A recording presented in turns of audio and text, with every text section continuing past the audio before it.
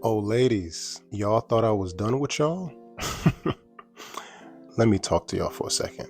Men don't want ambitious, career driven women who are overweight and unattractive. See, it's that combination. See, if you weren't, So if a take woman was away not, if the a woman was overweight not overweight and attractive, hold on, if a woman was, the career hold driven. on, can't overtalk me. If a woman was career driven and ambitious, but she was also smoking hot, then she'd have fewer problems. But when you are ambitious and career driven, overweight and or unattractive, that's too many struggles. And at the end of the day, you cannot at the end of the day, ma'am, no woman can make men want you for your reasons. First off, I am Chris Hall. You're tuned into the Chris Hall Show. Make sure you subscribe to the YouTube channel. Hit the like button. Also follow me on Instagram, Chris Hall ATL. Pretty much hashtag the Chris Hall Show just about anywhere that you can find content. Also, you can email me by chrishall@gmail.com for any one-on-one sessions. Anywho, what I've noticed, and I just had a conversation with a young lady this past weekend.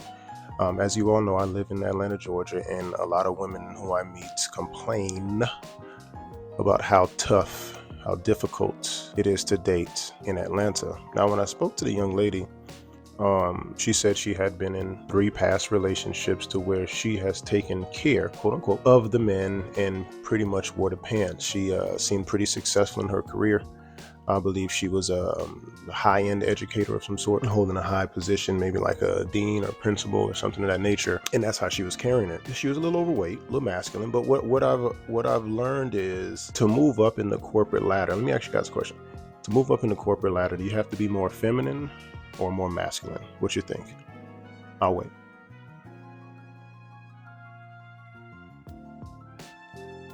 What you say? Feminine? No. You said masculine. So what ends up happening is that as you move up in the corporate ladder, you begin to become more masculine. The guys that you meet are usually going to be more feminine or beta males. Hobosexuals is what me and my homeboy Jimmy Charles calls them.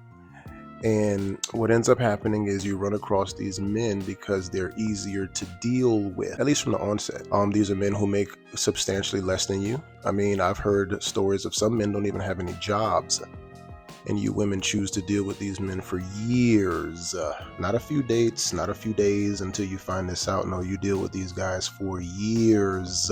So my thing is this: you blame the men. But my question to you is it our fault that you opened one leg to the left and the other leg to the right and allowed a broke penis to go inside of your rich vagina? Let me guess, this is my fault. This is men's fault that you knew this person is unemployed. This person don't buy you nothing. You put a price tag on your own vagina. This is my thing. If I go in the dollar store and I buy me 25 plates for $1, am I supposed to go up there and be upset that this is $1? Why aren't these plates more money? Because they're placed in the dollar store. So it should be a motherfucking dollar. It should be a motherfucking dollar. And I know a lot of you women are sitting there with your face scrounged up, but it's not men's fault that you decide to sleep with broke niggas. Why didn't you choose to sleep with rich niggas? Do you know why? Because rich niggas have options. And I'm not even talking rich.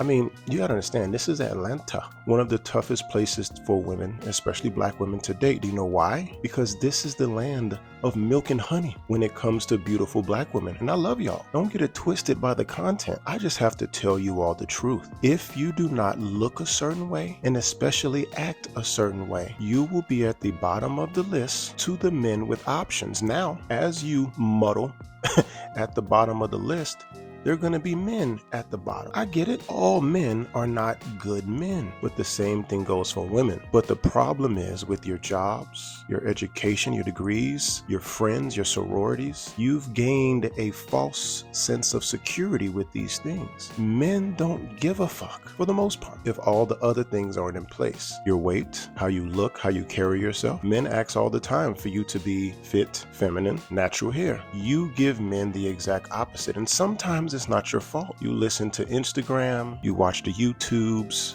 You watch the Love and Hip Hops, you see the long eyelashes, the long nails, and you see these women with certain type of individuals and you want to mimic that.